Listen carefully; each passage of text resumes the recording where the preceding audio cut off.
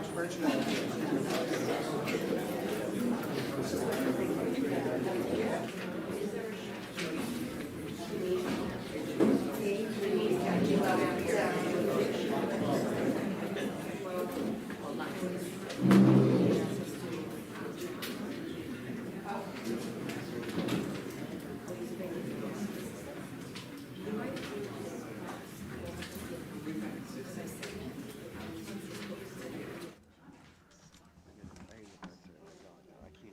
Yeah, I have to switch glasses. Yeah. I can't see.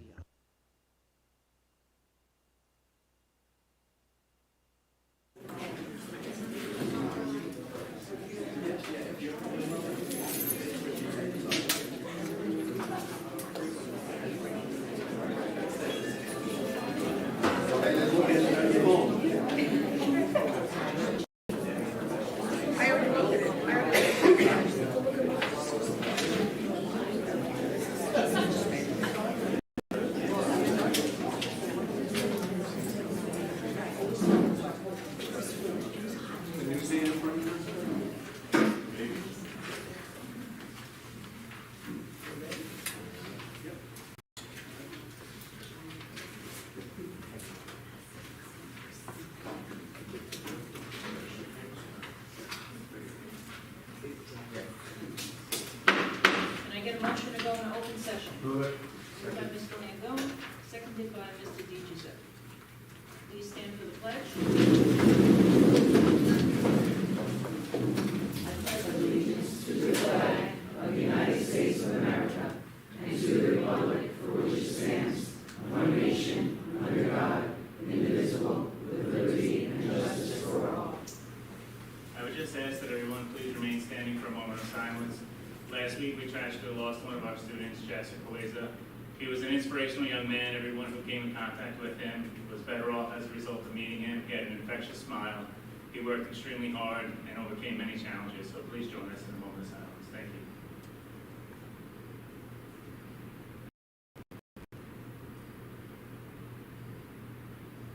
Please be seated.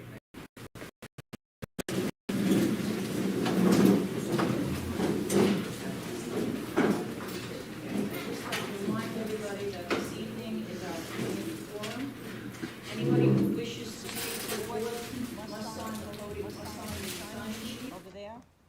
If you don't sign the sign-in sheet, you will not be able to speak. So I'd like to remind everybody, I'll remind you when we go through the agenda items and then we get to the community forum portion.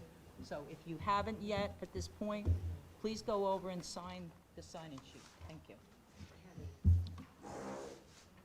Okay, what do we have?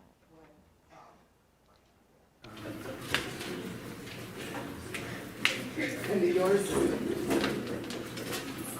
Approval of minutes.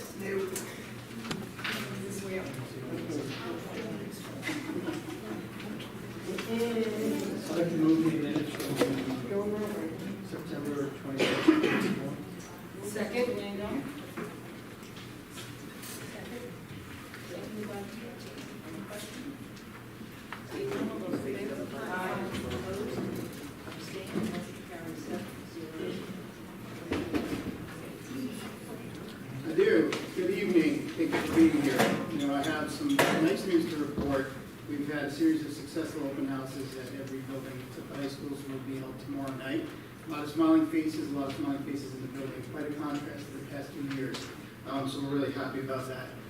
The district also has is thrilled to share that we have 2 all-state musicians who we will recognize at our next board meeting. They are Sinead Buckley and Aurelia Casera. So that is an unbelievable distinction, and we hope to bring them and their families here to the next meeting to recognize them properly. Our Lindenhurst Marching Band competed at this weekend's marching competition in Connecticut, the U.S. Bands, and they took first place. We're also going to be hosting a regional contest here in October. Our marching band is certainly something that is a source of great pride for this community. I'm also pleased to announce that Section 11 recently announced its Spring 2022 Outstanding Sportsmanship Team Award winners. The following Lindy teams and coaches have received these honors. And they were the boys varsity spring track team, coached by Dave Carlson, the middle school boys lacrosse team, coaches Dennis Spinelli and Timothy Rao, and middle school green softball team with Coach Kerry Blunt. So we have a lot to be proud of already in this young year.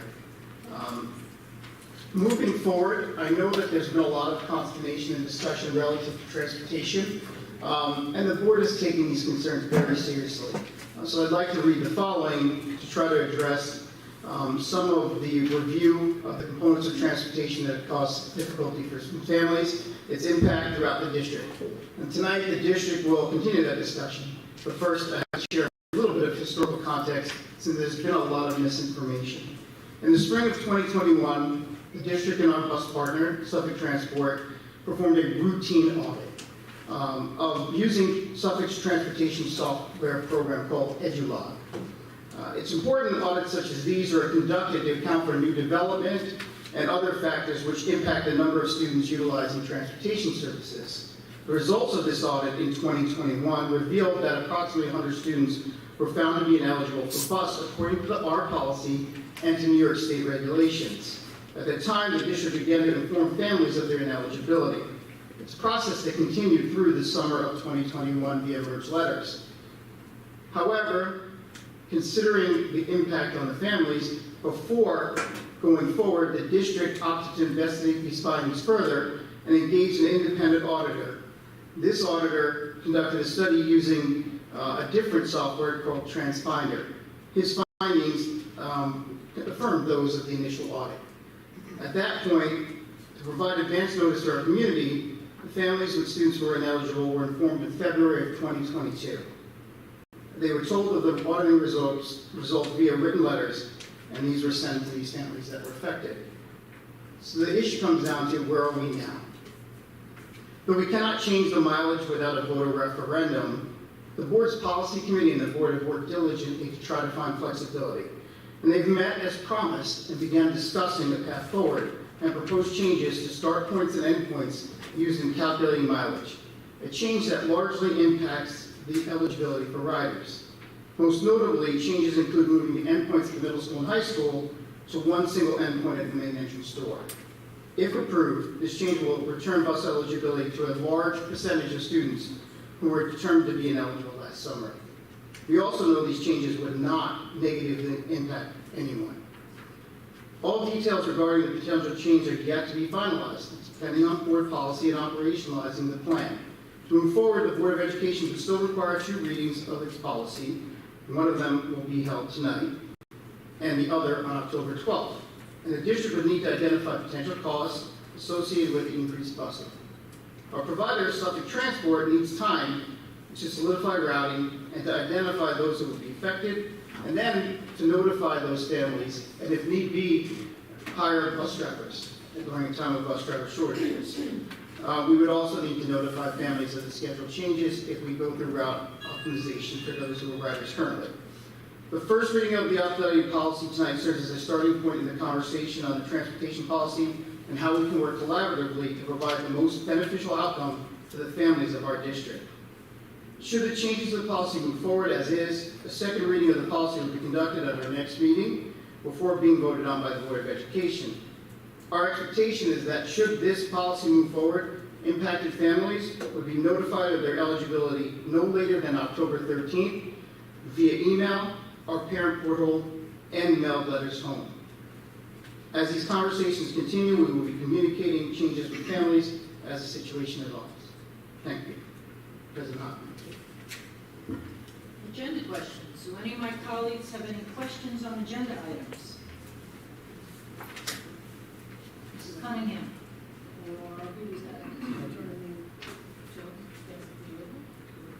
No?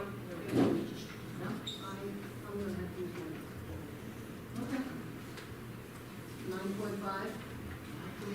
And one round coalition against voting. Yes. I understand this is a program that we'd like to bring into the district. We're looking to approve this tonight to work on one of our district goals of anti-voting. We have a lot to do. And we also have other organizations, I think, that we can look into, or organizations that we do use, that I'd like to really understand that we're making a real concerted effort to look at not just one piece. So whereas this is on for tonight, our vote, if we're going to use this organization, this isn't one and done, but we're hoping that this is just a piece. And we're going to be networking with the organization we're currently using as well as maybe others that we need. Is that correct? It is correct. We recognize that combating bullying is a multi-tiered approach.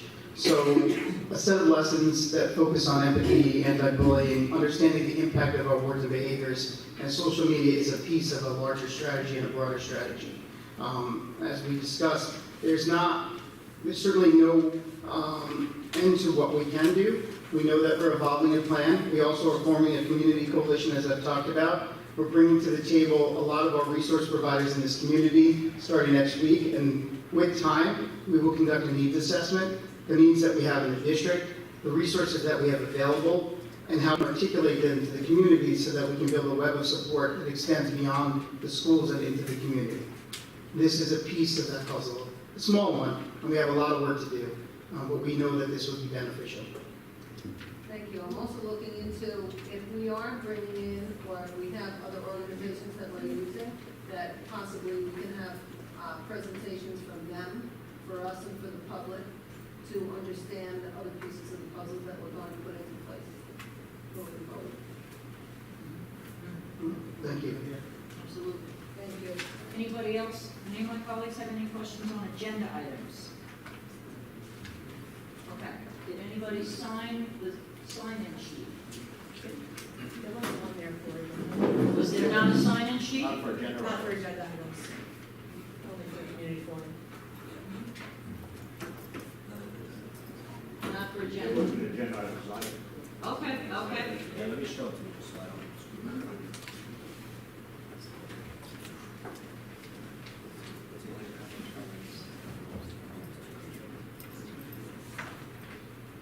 Okay, so the people that sign with the topic that says bust, that would be an agenda item. Okay, that was underneath this on the paper, so I didn't see that, so Okay, I'll that's sign it fine. now. So, looks like Chris, Boss, Theo.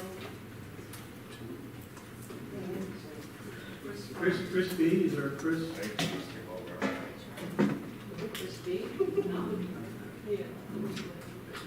Stephanie, last name with a K?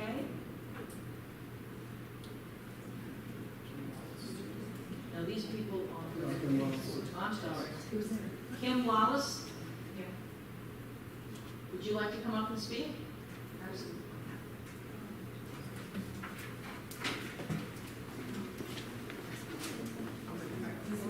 Okay. No problem. Just go up to the podium and give us your address, please. Thank you. 804 Center Avenue? Thank you. So I'm here about the bus. I live on Center Avenue my entire life. The bus stop has been there for, to my knowledge, my sister's 39, so it's been there for 35 years. They have decided to take this bus stop away, and they want me to take me and the several people that live on this end to walk from my house. It's 5 minutes to the bus stop. From the corner, it's even longer. I don't think it's fair.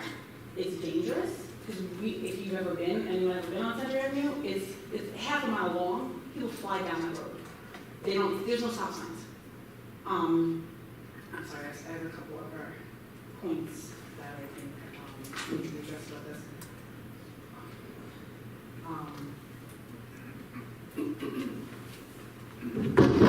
The bus already passes there as well. So why would you remove a bus stop and make everybody on one half a mile length block come into one spot if the bus is not going in any other direction but past the same bus spot?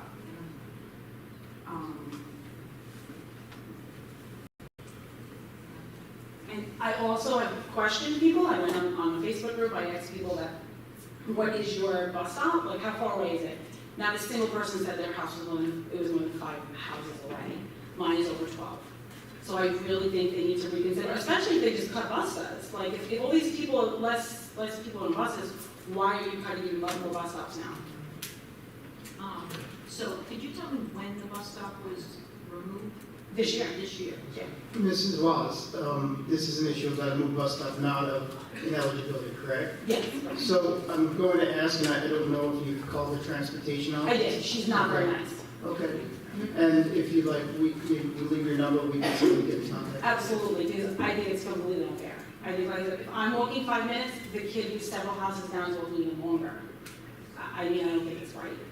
I think there could be common ground, that if we have several of us down here, we should at least get one stop. I don't know. You know, there was 2, give us at least 1. Okay, Thank you. thank you. You can leave your number, we appreciate it. It's a cricket. The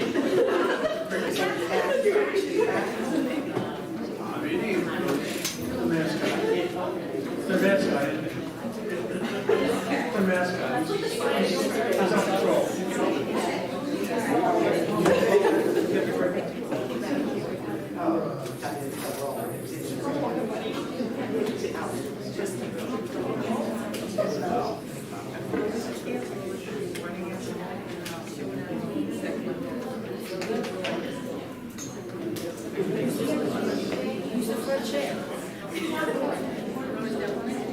Okay, so Victoria O'Neill.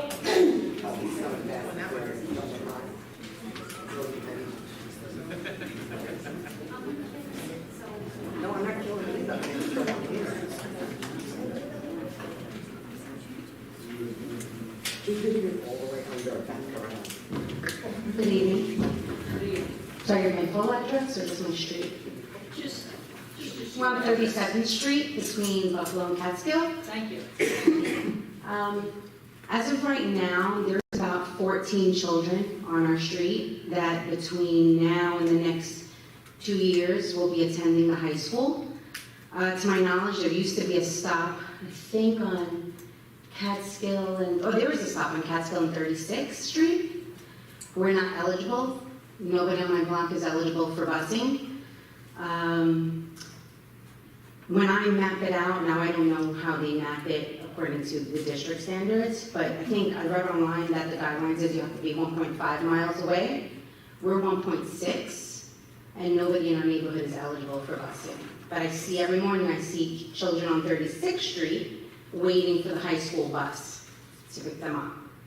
So, my children right now are in the middle school. I'm I think a couple of us are here kind of worried about what happens next year when they're attending or the following year.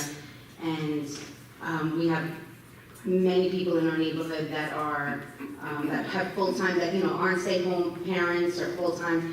I'm a teacher. I have to leave the house by 5:30, 6 in the morning. To think about my children having to walk from our house, 1.6 miles to, I know maybe our grandparents used to say they did that years ago, but I mean, now to walk to the high school is, going across Wellwood or down Sunrise is devastating to me. So I really hope that we can figure out how our neighborhood can get busing. We have students that are there right now, they're riding their bikes, they're walking, and if we can figure out a way to change this. Okay, so just so you know, the recalculation of the mileage based on the policy changes is not just the 100 and something people that were affected. It is all of Lindenhurst. So all the routes are going to be looked at, all the homes and all the people, and everybody is going to be recalculated.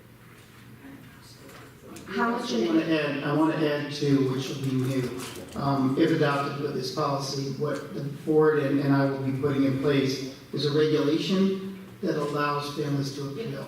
So that if you are still determined to be ineligible, we will have an appeal process which didn't exist prior to this. And then from there, we can take a measurement and explain to you how it came to pass if you were ineligible or eligible based on the appeal.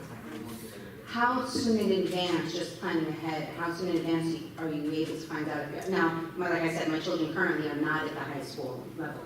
But how much in advance would I be able to find out if we'd be eligible? I don't want to wait till the month before. Right, our determination will be official by October 13th. So that's the date. If we're able to do it sooner, then we certainly would, but that would be the date that we would look for. And then currently children, if we do find that our neighborhood is eligible, children that are having to walk right now, that would be overturned and they would be eligible to take the bus? Correct. Correct. Well, you answered all my questions. Katie Belcano?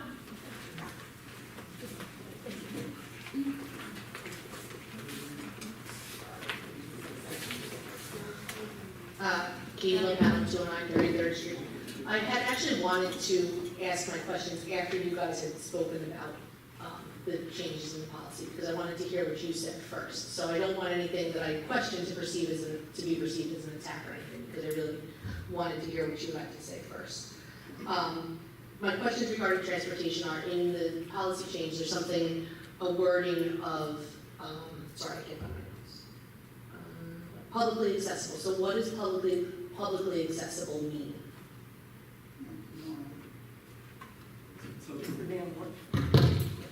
So that means basically any route that is available to the public, so private roads would not be used to calculate the measurements. So if a route was calculated and the students had to walk, say, across the field for Daniel Street or through the back parking lot of the school? A field, no, but if there's a road behind the parking lot and it's publicly accessible, that would be included. That would be included. Yes. And who determines that public accessibility? If it's a publicly maintained road, If it's yeah. publicly maintained road. Okay. So there's just some safety concerns. Can I just clarify that too? It can also be a private road if the owner of the road gives permission according to the New York State regulation. Okay. Piece where it is something that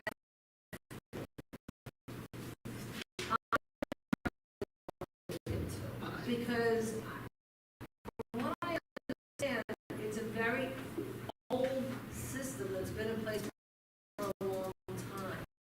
And if this has been in place for 20 years, things may need to be updated. We are, the board is part of this New York State School Boards Association, where we could bring resolutions to the floor so that we're supported by that body. So this is something that will be looked into to better understand child safety zones, what it entails, because safest route, what they consider a walkable route, might really not be the best. Agreed. And that one is the case in point. And I You didn't know even, exactly where you are. I didn't even talk about that there's not sidewalks for much of the route. It snows. Nobody, even if there were sidewalks, people don't shovel them. Now we're walking kids in the middle of Charles Street, you know. And there's certain things that at this point we can do, Right. and we're trying to do as much as we can, but there are certain things that are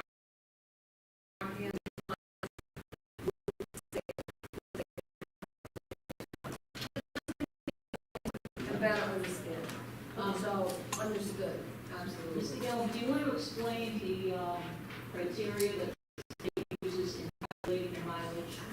That they don't necessarily use the safest zone, but the shortest distance between the house and the school? So, the district finds itself placed in the box.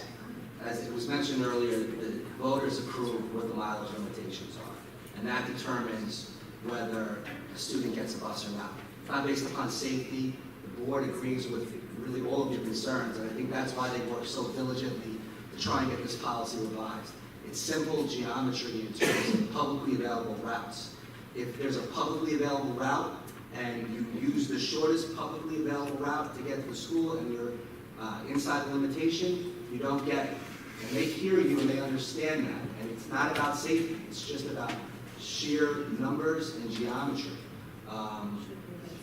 And so the child safety zone is one of the ways to try and get around that. And I understand your frustration that the specific area you're talking about doesn't qualify. That happens in a lot of communities. The only other option beyond this is a voter referendum to either abolish the limitations in terms of the mileage or to lower them. Yes, I understand what you're saying, that you know, the interpretation and how the law's written is that you're legally bound. But to say that you're talking about children getting to school and that it doesn't, the safety of them doesn't play into it, and, you know, that's just, it's frustrating, like you said. And the thing to keep in mind with the school district, like any other municipal entity, it's a creature of statute. And it can only do the things that it's authorized to do by virtue of the law. Right? And this is a frustration we've seen in the past couple of years with schools and everything we've seen that's gone on. We're bound by the law, and we hear you. And we're not saying it's the safest route. We're just saying geometrically it's the shortest route. And it is what it is. And unfortunately, that line oftentimes, it's like a line in the sand, the proverbial line in the sand. And one house gets it, and then the next house doesn't get it. Well, and if it was simply just about one house gets it, but when you're talking about rerouting and looking at how they have kids route, you know, for me personally, if this passes, my problem is solved. But my neighbor up the block, it's not. And they now have to, one of the routes was through Daniel Street School. Another one was to get to the front door of the high school was to come through the back parking lot where all the staff and kid drivers are coming in, you know, to walk through the parking lot and around the building to the front door. So there's that frustration piece there, and I think I appreciate you saying that you'll continue to look into that. I had one more question on agenda items, a different agenda item, 9.5 again, the lockout. When I looked at the contract, it just mentioned that there'd be a parent meeting. Was that one parent meeting, the presentation that they gave at the last board meeting, or there'll be another one? Great, because I think a lot of people would benefit from that and enjoy hearing it. You know, we intend to have a parent meeting where we'll talk about bullying, impact, identifying signs. We recognize that's multi-tiered. There also is a staff training that we're looking for as well. And is this primarily targeted for the middle school? Because it looked like it was one faculty meeting, mostly working with middle school students. At this time it is. It is a new organization that we're engaging with here. So we want to make sure that we forge this partnership, do it well, and then consider where we go next. Great, thank you. Thank you. Okay, is there anybody else that signed the list to speak? Can you get that list? Yep. Just need your name and address, please.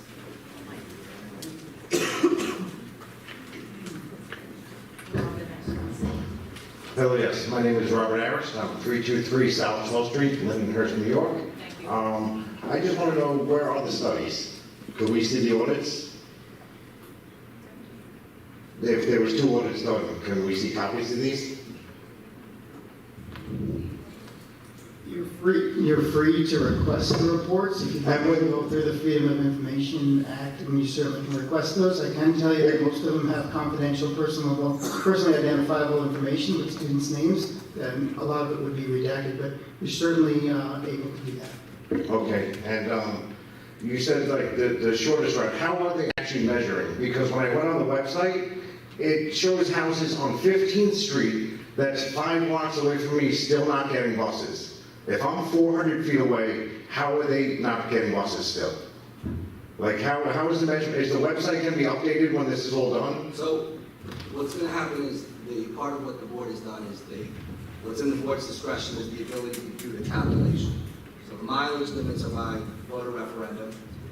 How we calculate from the residents to the district is up to the board. And that's what the board has done, is try to maximize the potential to bring people into getting buses. Well, I'm not sure how the website's working now, if it's getting people not getting buses. So what's going to happen under the new calculation measures, they're going to use the furthest distance of a resident's dwelling, give you a little bit more feet. Okay. And then you run that, you take the point perpendicular to that, to the public route, and you run that public route right to the front door of the school. And then instead of stopping in the street, the way the old policy did, the board's trying to give additional distance by going right to the front door. So the new parents will get notification, like my neighbor next to me that doesn't get the bus right now, he'll get notification that his daughter will get the bus? If I'm 40 feet away, he's further away, you know? If you qualify. Okay, so, and who do I have to speak to about get this audit? Because you guys knew that this was about, you should have brought it with you. It would be nice to see it. The district clerk is Donna Maloney. Okay. You can contact her. And the audit was done through the state or from the bus company? As I answered previously, the first audit was a routine audit that we've done with our bus transportation. Through the bus And company? then we asked for an independent audit. Because I heard that we got a new bus company in like 2009, just because it was a little cheaper, but you didn't realize how they were doing the measurements, and that's why the children lost the bus.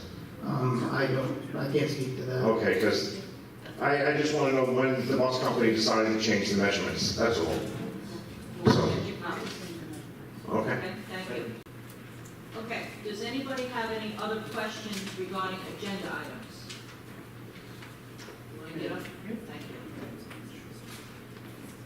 Can I have your name, sir? Mike Ficolor. And your address? Address 160 South 7th. My question actually has to do with the additional distance that they're going to be giving. It's going to the front of the school. Do we know the exact distance that's going to be, just so we can make, some kind of determinations? Thank you. I want to talk about transportation, but I want to thank Mr. Davidson, Mr. Giuseppe, Ms. Cunningham, Ms. Martino, and Mr. Van Wart. They came, Mr. Van Wart, Ms. Cunningham came, and we walked. We watched 3 cars blow a stop sign. We watched other cars fly around somebody trying to make a left where there's no crosswalk, no stop sign. We didn't really want to cross, but we had to get the measurement. I appreciate every effort, but there has to be another party to do the child safety zone. Because Eastern Suffolk BOCES is giving you the shortest. Safety is not an issue. They don't care. The only way you can deem an unsafe zone is if the child would cross the train tracks. And somebody has died every year for the past decade on Wellwood. And that should be enough to say that these kids can't cross unless it's at John Street and Wellwood where there's a crossing guard. Not only am I completely appreciative of the policy being revised and everybody's efforts, but they need to define the safe. And I think we need to look at maybe another party evaluating routes. So I appreciate everybody's efforts, but the safety, especially with the Board of Education, when we trust our kids, basically, they're there with you in school more than they are at home at this point. We're trusting their lives on transportation and in school. We just have to really emphasize safe. But again, thank you everybody for your efforts, and I really appreciate the walk. And I really appreciate everybody working and revising the policy.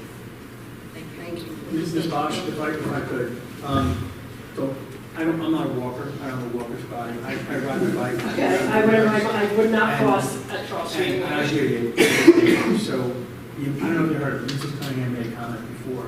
This is one of those scenarios where, like, as a board, like, we kind of have to uphold the law. And we may not agree with it, but the law is the shortest route, and that's the safest route. And I don't think anybody up here agrees that that's the right thing to do for kids. I know I personally do not.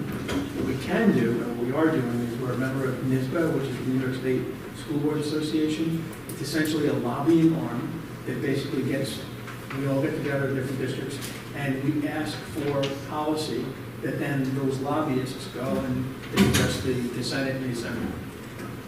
That's one organization. Probably the most effective tool you have, and you see the camera over there that hopefully get on my good side. The best possible thing you can do is to be appealing to your state senators, your assembly people, because they control the State Department of Education. They vote on those laws, we do not. Okay. It's a hot topic. It's one I think we all pretty much agree on. But to really help get substantive change, you need to be addressing those people. And then one thing we are taking back from that, Mrs. Cunningham mentioned that the child safety zones, those calculations are based on something 20 years ago. It's not a BOCES thing. It's a little older. Yeah, probably when I still had hair. So it's a long time and it needs to be revised. So those are the kinds of things that we can work within the confines of that. We just can't unilaterally say, you know what, you're right, safest, not shortest, but we agree with you. And that's why, and I want to publicly thank Mrs. Cunningham and Mrs. Martino for doing all the work to go and actually get that policy in place. And I hope you realize, I know it gets contentious, but as a board, we're really trying to do the best we can for our children. But again, like it or not, within the confines of the law. So hit up your assemblymen, hit up your state senators. That's the best thing you can do. Shouldn't really be called the child safety zone evaluation, though. They can just call it shortest distance evaluation because it's not safe. I hear you, but thank you for your comment. All right, thank you, everybody.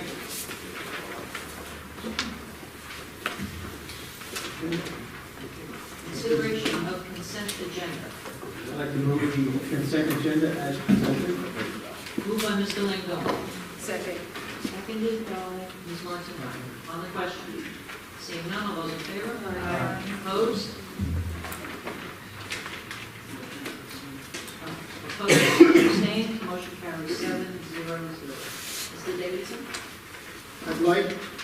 I'd like to take a moment to recognize somebody who was just granted tenure today, and the cameras are rolling for you. So live on Long Island, Simran Gill, if you would please stand and be recognized.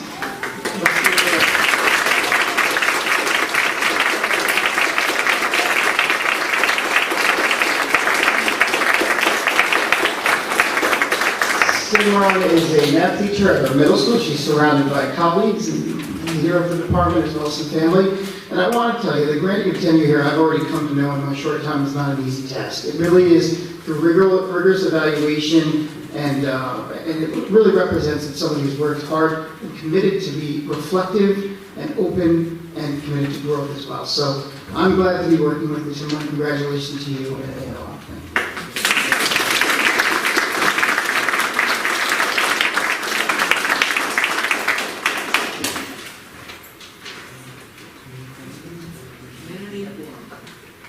Mrs. Saylor?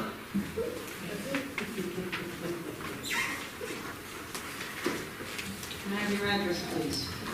I'd rather not, but everyone knows where I live. I'm on Indiana.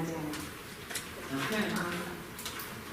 All right, so I was actually going to follow up on what I spoke on September 7th, but prior to coming here, I had a parent asking me to look at her IEP. She was really concerned because her daughter, who's a freshman in college, has a disability where she can't hear, needs extra time. Mrs. Saylor, do you realize we really can't speak about it? No, I know, but I'm just saying, giving you the example of what's going on. So basically, her daughter was under the impression she was still classified at 9. Now, my son is going to college as his IEP, and they're abiding by this law as best they can. So the concern here, why I'm bringing it up, is if someone would explain to me, if possible, the declassification process. It seems like a lot of students are being declassified, some very early on in the year, some very late. In my experience, my son was a junior, and because his scores were so great, it didn't matter that he was autistic. He was fine, and he didn't need any help. Never mind that he was also very anxious when it came to testing. I said no. I made sure I said no. My girlfriend actually said no. I looked at her IEP. It said declassified, and what's going on is it gets passed off as if the students still have an IEP, and it looks like they're not losing anything, but they are. But the testing mods are still there. If I'm understanding that correctly. And parents don't understand that their children are being declassified until it's too late, which in this case, she's in college and now she has to get reassessed as an adult. So my question here is, how are we helping parents understand that in their meetings, they are able to have a parent advocate, or are they presented with a list of parent advocates, or are they kind of like left alone to their own understanding of what an IEP is? Now, anyone who has a child with an IEP knows that it can range anywhere from 15 to 20 pages. So reading that is overwhelming. So I'm just curious, we're declassifying some students that still need services.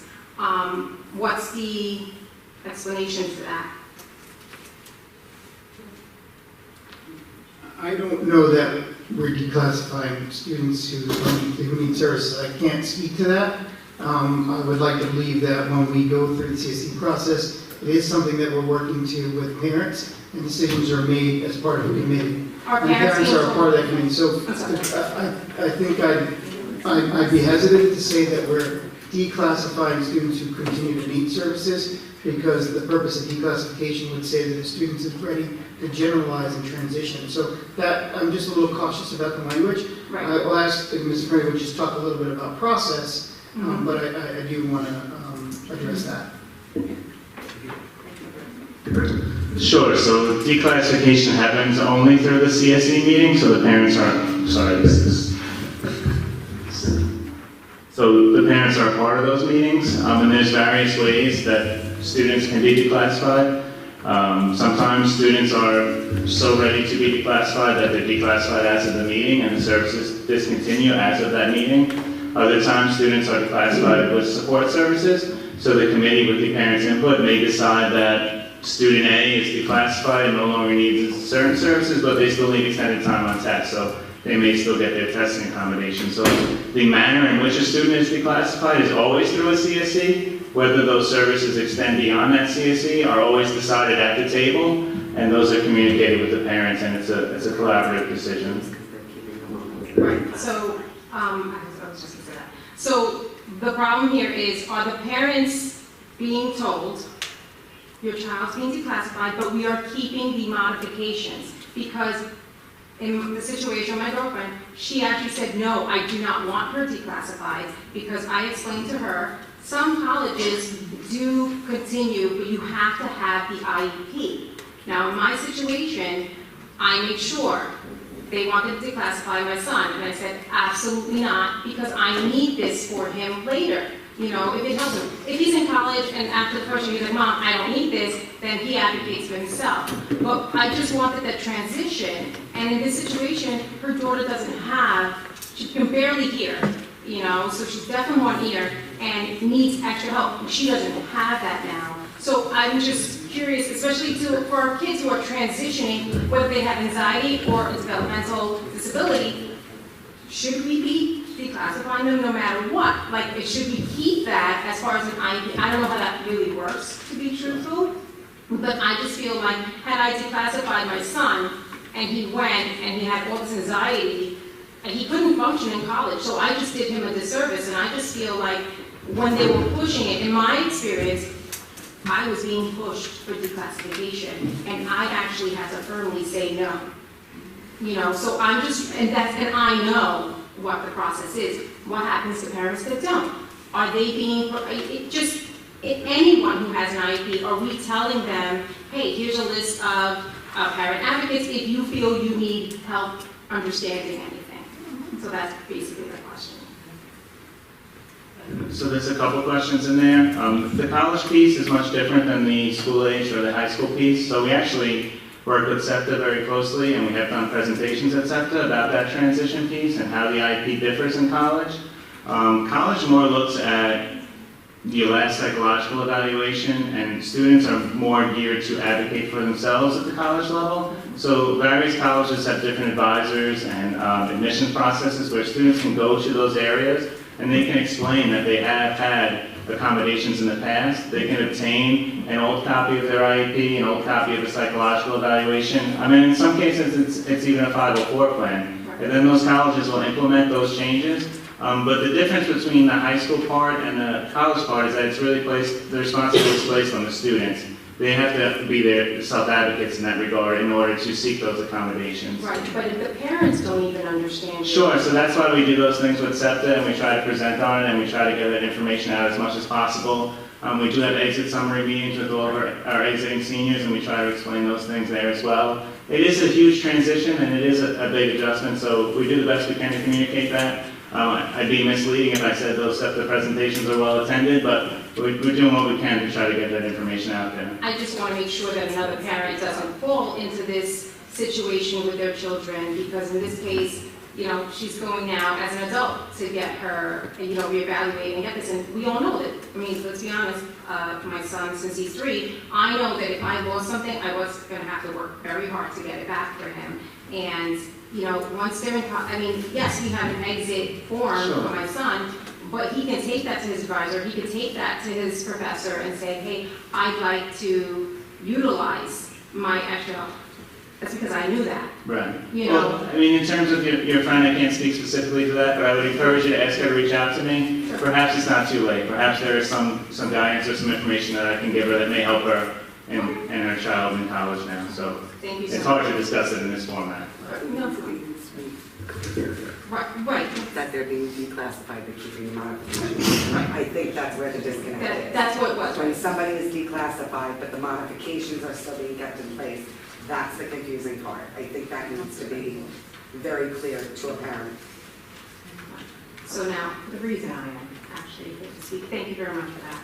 So, on September 7th, I asked several questions pertaining to changes made in the district's code of conduct.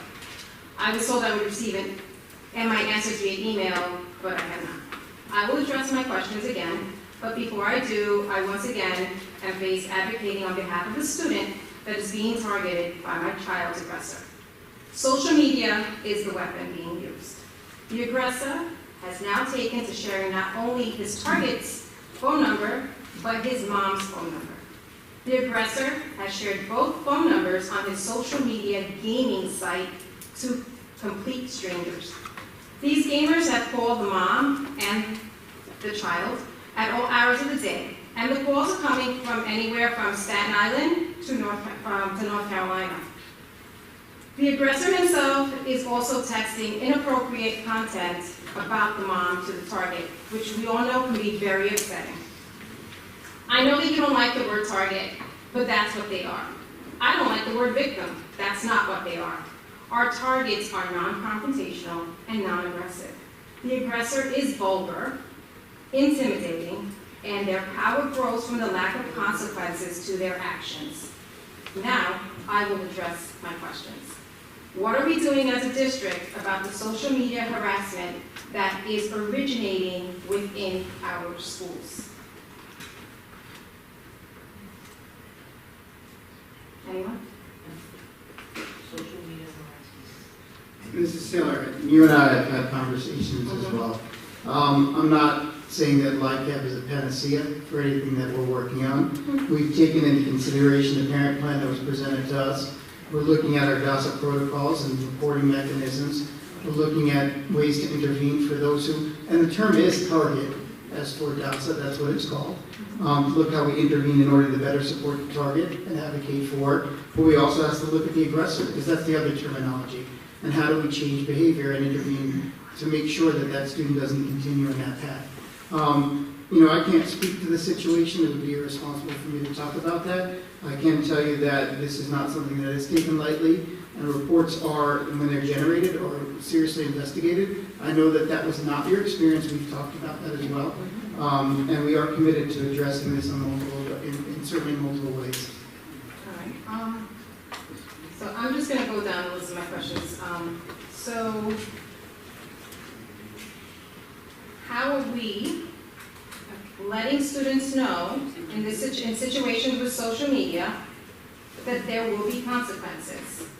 Have we done anything, changed anything in our code of conduct to let the students know that there will be consequences, whether it's out of school or in school? And most of the times, we have to understand, I'm going to jump around my questions because you did touch on some of the things that I was going to ask, but most of the time, the stuff that's happening outside of school is because it originated in school.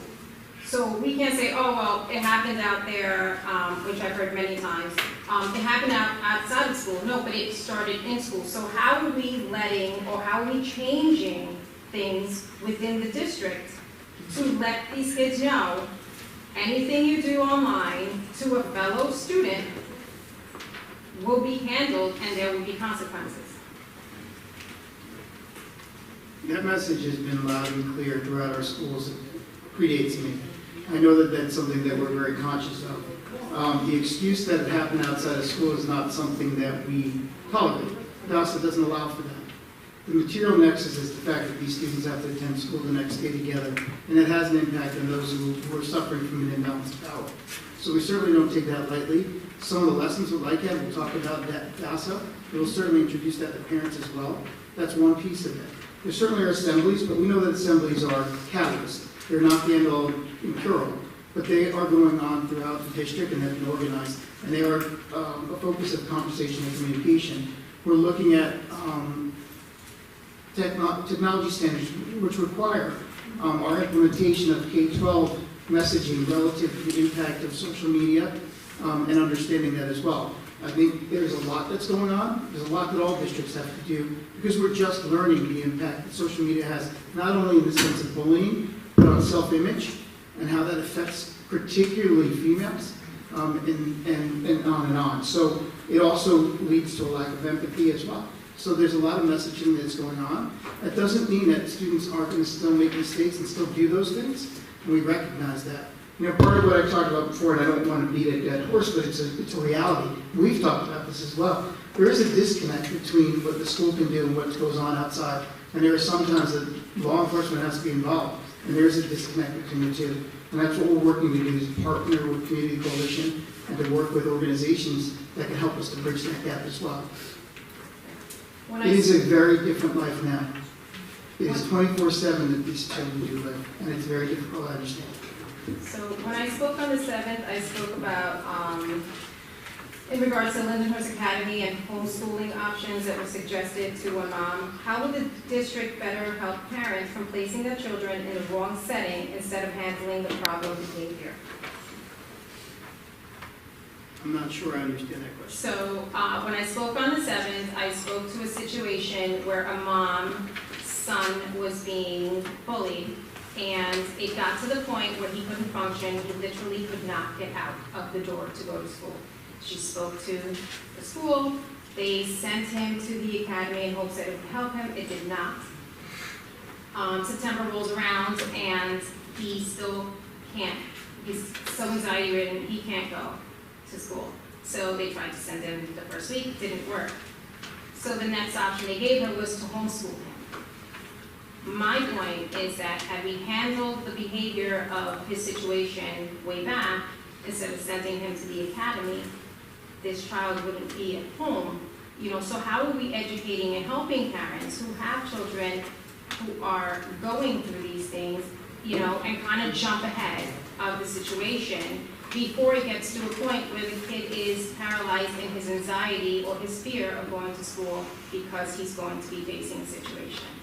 I think part of that is we would need to be able to speak with the parent. So I don't know what happened in that circumstance, in that situation.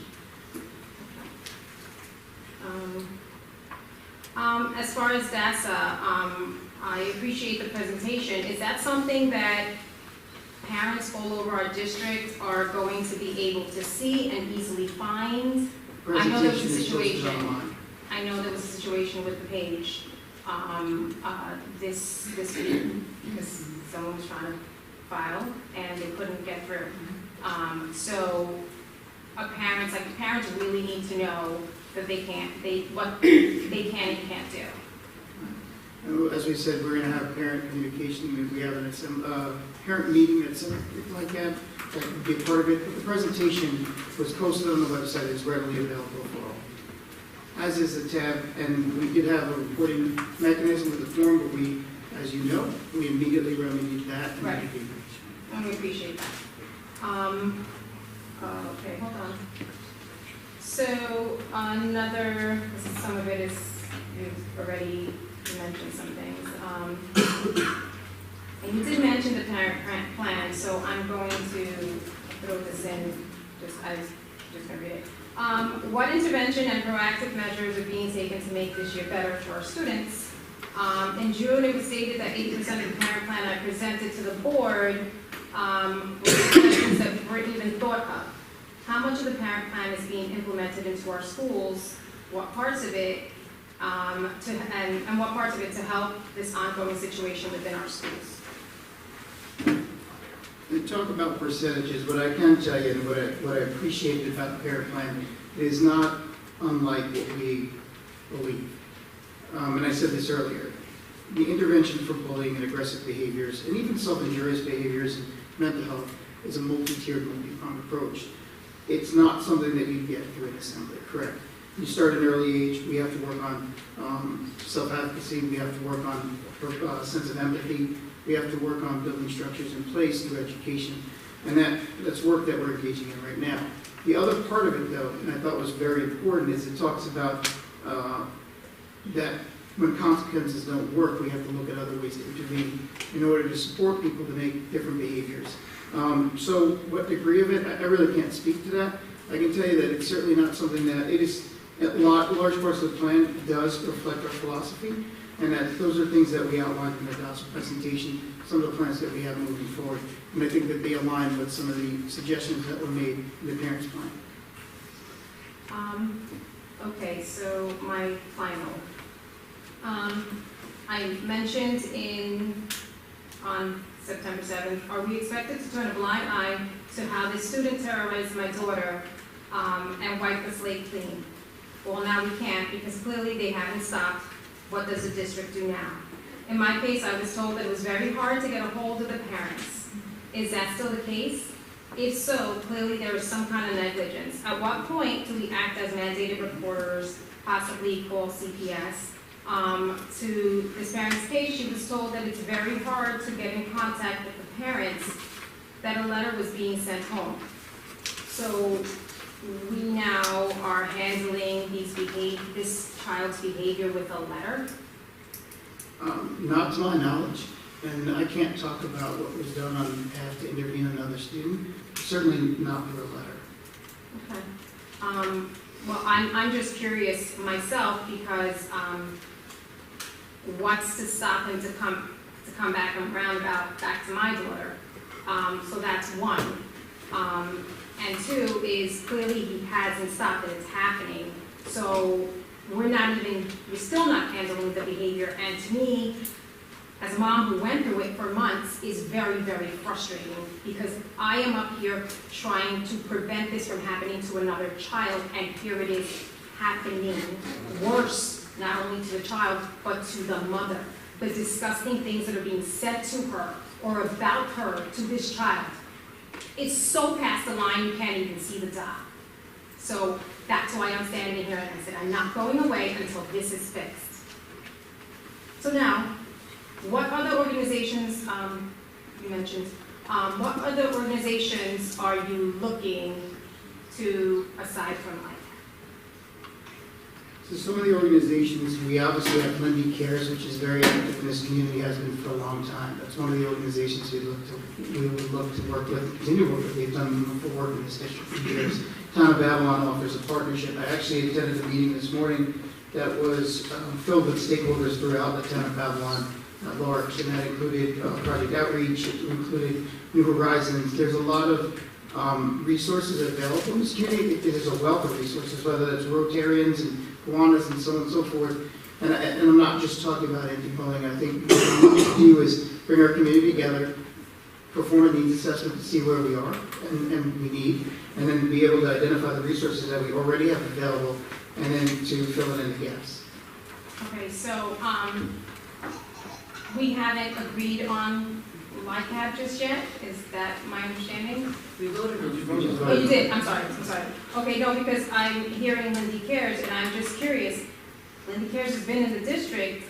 If it worked so well, why haven't we? They're just one of the people that they utilize. Just one, okay, well, On the committee. Lindy Cares does exceptional work in this community. I know that already. I've been here for 3 months. I can tell you that. Whether their specialization is not necessarily targeting and intervening on bullying, as Gloria Novello said at the last meeting, but they offer a wealth of support, particularly for students who are struggling. And I think when you look at the aggressors, oftentimes those are those students. And Lindy Cares is an organization that's invaluable to us. okay, thank you. Lindsay Bridges? Good evening, board, parents, everyone from the community. I'm going to keep this brief. I know Could I have your address, please? 217 33rd Street. Thank you. This is Hip Pocket. I'm only coming to address this now because of this meeting tonight, and I will continue it tomorrow with another meeting that I'm attending. There was an incident today at the middle school, and if anyone has middle school students who participate in after-school sports, well, there's another parent here that also experienced the same thing. There was vandalism, there was theft. amongst the students that was on the field practicing. Now, I know there's a security, they have to do rounds, what have you, they don't have eyes in the back of their head. I know there's a camera, but where this particularly happened by the storage facility, I don't believe the camera would have captured whoever the individuals did what they did. And it's unfortunate, these kids out there still in school time with these activities, and this is, that we gotta come home to address the vandalism that took place and the theft. This equipment is not cheap. Now, what I want to just make you guys aware, if you haven't already, that this should not have to happen. And I was informed when the coaches was told about what happened, oh, this is an ongoing thing. If it was an ongoing thing, then evidently it's not being addressed, because why did it even happen today? Okay, I'm not at all the sports activities and practicing, but something needs to be addressed, because the same kids that if they are Lindy kids or middle school kids or high school kids, they're gonna go through the whole district education system. So if they're in middle school, they're gonna do the same thing in high school. If they're high school kids, they're gonna still do it to other children. And this should not have to happen, especially when they doing extracurricular activities. That's all I have to say. I just wanted to state this on record. Mrs. Bridges, just a quick question. Yes, Was this reported to the middle school, or this happened after school? I wasn't physically there, but I did see a video of the after work that was taking place. Okay. And it was reported to two coaches, two of the football coaches, but I will be addressing the principal, Mr. Nakarati, and I will be attending the athletic meeting tomorrow evening. All right, great. Thank you. Kelly McQueen?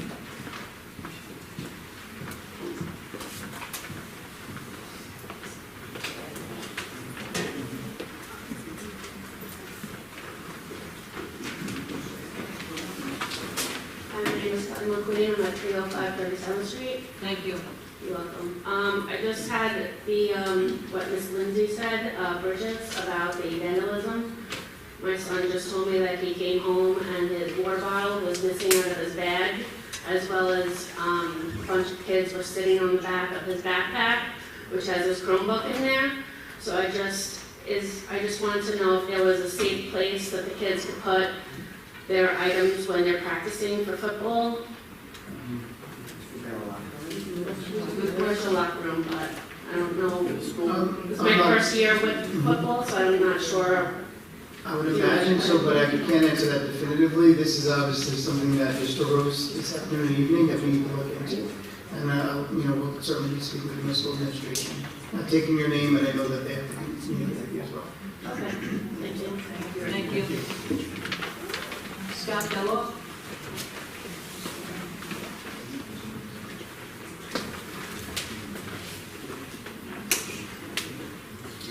Scott Belloff, 311 39th Street. Thank you. Good evening, Mr. Davidson and board members. I'm a current senior at the high school, and I've been in the swim program since 7th grade. During the off-season, we have always trained with the Islanders, which is a private swim club, at our high school pool. Coach Mark, the owner of the club, has held the off-season workouts at the high school for years. When COVID hit, the high school pool was shut down and practices could no longer be held there. Coach Mark worked with the Lindenhurst swimmers and found a pool that we could practice in during the pandemic. When everything started to open back up in the high school pool stayed closed. Coach Mark was only able to secure the Sayville Middle School pool. Between rush hour and carpooling with the other Lindenhurst swimmers, the whole ride was close to an hour. By the time practice ended and everyone was home, this ended up being a 4-hour venture for just a 2-hour practice. Realistically, we were only able to attend practice twice a week due to school events and homework. This year, Coach Mark was unable to afford the major increase in rent at the high school pool. Unfortunately, as of now, Sayville is the only option for us varsity boys, and this year we just can't make it out there. It's not realistic. This past season, the varsity swim team sent 5 boys to counties. All 5 boys swam for the Islanders under Coach Mark. And 4 boys, including myself, went all week. Islanders Aquatics has always provided excellent training at a reasonable price and a convenient location. Can you please find a way to work this out with Coach Mark so that the varsity swimmers have somewhere to train in the off-season? The school doesn't offer any off-season training for its swimmers, unlike other sports. This is the only way to get into shape for the season, and we would very much like to compete in county span and possibly states. Can you please work something reasonable out with Coach Mark so the varsity boys have a place to swim in the off-season? Thank you. Thank you. Yes, Scott, certainly we would have the coach reach out to us and we could talk about what the fee schedules are, and I know that's a complication. I haven't heard from him, I don't know if he's here, but I do want to commend you. You're everything that this district stands for. You've voiced yourself, you've voiced your concerns, you've done it respectfully so, and we certainly hear you. Thank you. Lori Bella. Lori Bella.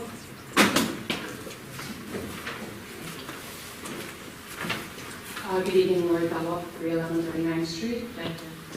I also am here to speak about bringing Islanders Aquatics back to Lindenhurst High School pool. It is my understanding that prior to COVID, Mark Dannon from Islanders Aquatics rented our high school pool for $10,000. Mr. Dannon provided swim lessons and training for many of the kids in the Lindenhurst community, including my son and other middle school and varsity swimmers. Mr. Dannon's prices were very affordable for us. Before originally signing up with Islanders Aquatics, we had shopped around, and Islanders Aquatics was very affordable. So throughout the time that the Lindenhurst High School pool was closed due to COVID, Mr. Dannon continued to do the right thing by the Lindenhurst community. He offered us a discounted rate for our kids to swim at the Sayville Middle School pool, knowing that it would be difficult for us to get there consistently. He didn't charge us during the varsity season last year, and he told us that we had an open invitation to train with him whenever we wanted during that time. So now that COVID is over, the high school pool has opened again. I understand that Mr. Dannon was going to be charged $80,000, an 800% increase, which I guess is kind of crazy. I know that other parents spoke at the last board meeting, and there has been some emails back and forth, and it seems the price to rent in the pool has come down a bit, but not enough to make it affordable. It wouldn't be Mr. Dannon paying for the increase in rent, it would be us, the families of the swimmers. Islanders Aquatics would no longer be affordable for us and most other families. So besides the fact that Islanders Aquatics would no longer be affordable, there would be no place for our swimmers to train during the off-season. Lindenhurst School District does not offer off-season or preseason training of any kind for its swimmers. I know it does for many of its other sports, but not swimming. So for the past 6 years, I've paid for my son to train with Islanders Aquatics to keep him in shape and prepare him for the school season. I hope you will hear us and please reconsider. Time is running out for these boys. Please know that you are really renting a pool to the members of the Lindenhurst community, not Islanders Aquatics. Thank you. Mrs. Hoffman, may I ask a question? Yes. I'm just curious, how much does that $10,000, how often do the kids get to swim? I can't speak to the $10,000 that we've been told that was paid. I can tell you that the fee schedules are, the request, I think, has been for 2 days a week for 2 hours. The fee schedule, the district approved fee schedule, has what they call level 1, 2, 3, and 4 fee schedule. This was moved to a level 2 in order to try to accommodate it. There's a 3-hour minimum. I know the district came and agreed to a 2-hour, to allow for the 2-hour prorated instead of requiring the 3-hour minimum. But I do know that there's a significant gap from what's being reported and what our fee schedule is. And that's why I would ask the company to reach out to us so that we can sit and have a conversation. So you said it was 1 or 2 times a week? Twice a week, I believe, right? Is it twice a week, 2 hours? 4 times a week. I'm sorry, 4 times, I take that back, 4 times a week for 2 hours. For the, I think it was for the entirety 5 days a of week the. at the $10,000 rate? Yes. Okay. Thanks, guys. Okay, so you're gonna get us more information? Yes, I can provide the board with more information, but I would ask if the owner would reach out to us, and then we can sit and talk. Thank you. Mr. Murphy, Sure. Well, it's at the bottom of the list. just a couple things from historical reference. Historical. Edward Murphy, 108 First Avenue. Thank you. 2 things. First, I know that the safety zone requirements are almost impossible. I mean, many, many years ago, we were on austerity and the state transportation. Kids had to cross Sunrise Highway by the hundreds. So it's probably not going to happen, for anybody with that. But I think that the fact we did use transplant here for many, many years. So the fact that, maybe the software changed this year and, you consider going back to TransFinder, and the fact the board made the, adjustments that they're looking to make. I commend you guys. You answered the community and, good job on that one. Thank you, Eddie. Yes, yes. Thanks, Ed. Okay, do we have any unfinished business? Any new? Excuse me? Any new business? Mrs. Cunningham has new business. Just quickly, everyone from the board, I think Denise sent out the 2022 proposed resolutions to NISBA. So if you all could take a look at this, because then we'll discuss it briefly in our next meeting, just so that when I go to do the vote for NISBA, I know the wishes of the board, how you'd like to vote. All right, so I think Denise sent it on the memory. The vote is October 17th, so if we do it for the next meeting, that's just fine. Okay. Cool. Thanks. If I could just ask administration, for a number of reasons, I think both interior of the building and exterior of the middle school, if we could look at potentially new cameras or reevaluating the security camera plan at the middle school. I was unaware of the vandalism incident that Ms. Bridges and Ms. Queen brought up this evening, so thank you for bringing that up. But between that and between, I believe, students in middle school are smart enough to realize where there's areas of coverage and where there's not areas of coverage in middle school. So I'm not looking for a Band-Aid for a quick fix, but I think as part of a district-wide plan, if we could make that a priority to go and reevaluate that. Absolutely, Mr. Lang. Absolutely, Mr. Lingo. And I know in the next few months, we're looking at the capacity to capture smart bond money that's available to us that will be no cost to taxpayers in order for us to really upgrade to state-of-the-art camera system throughout the district. Thank you. Any other new business? Superintendent's reports, do you have any? Can I get a motion to adjourn? Second.